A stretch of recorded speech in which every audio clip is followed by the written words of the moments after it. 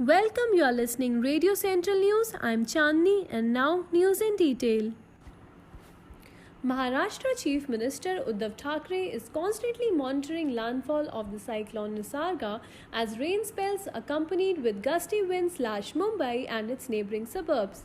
Deputy Chief Minister Ajit Pawar is communicating with the collectors of the coastal districts and seeking ground reports from them at regular intervals.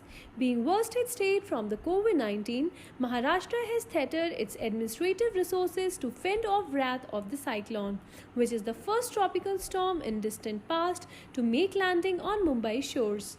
Maharashtra Fishermen Association President Damodar Tandale said that many fishing villages on the entire coastal belt have suffered huge damages due to the storm. Several long-distance trains on the Central Railway and Western Railway have been rescheduled, while fleet of domestic air travel have been reduced to 19 from regular 50.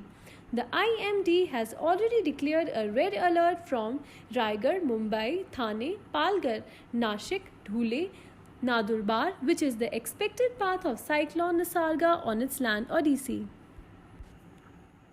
On the third day of Unlock 1, the country continued to register fresh cases of novel coronavirus, taking the total number of infections to 2,01,799 on Wednesday, including 1,302 recoveries, while the death toll reached near the 6,000 mark. According to the Health Ministry data, the country presently housed 1,01,497 active cases, while a positive patient had migrated from the nation. The death toll had reached 5,815 across the country.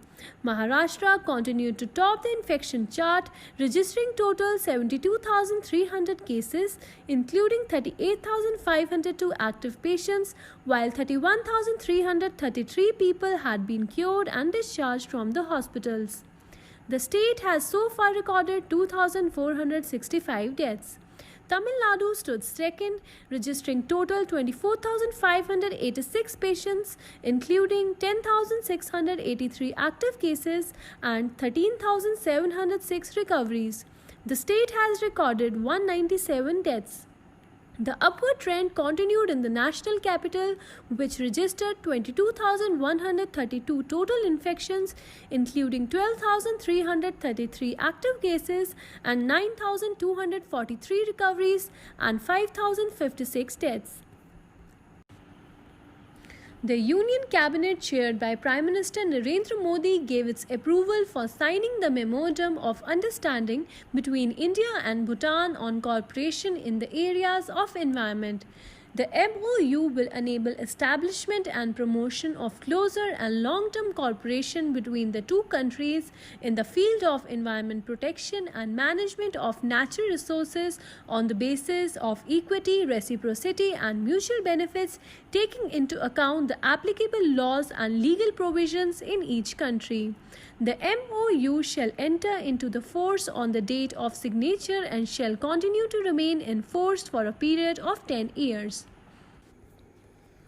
Athletics Federation of India nominated Commonwealth Games and Asian Games gold medal winning javelin thrower Neeraj Chopra for the country's highest sporting honour, Rajiv Gandhi Khel Ratna Award, having captured the attention of athletics fans around the world when he won the crown in the World Junior Athletics Championship in 2016. He has been India's leading athlete since. For the Arjuna Award, the AFI panel, chaired by Anju Bobby George, nominated 2018 Asian Games gold medalist, triple jumper Arpinder Singh and middle distance specialist Manjeet Singh, as well as sprinter Duti Chand, who won 2 Asian Games silver medals, and middle distance runner Piyu Chitra, who won gold medals in successive Asian Athletics Championship in 2017 and 2019, besides an Asian Games bronze. That is all for the today's news bulletin. Stay tuned to Radio Central News for more updates.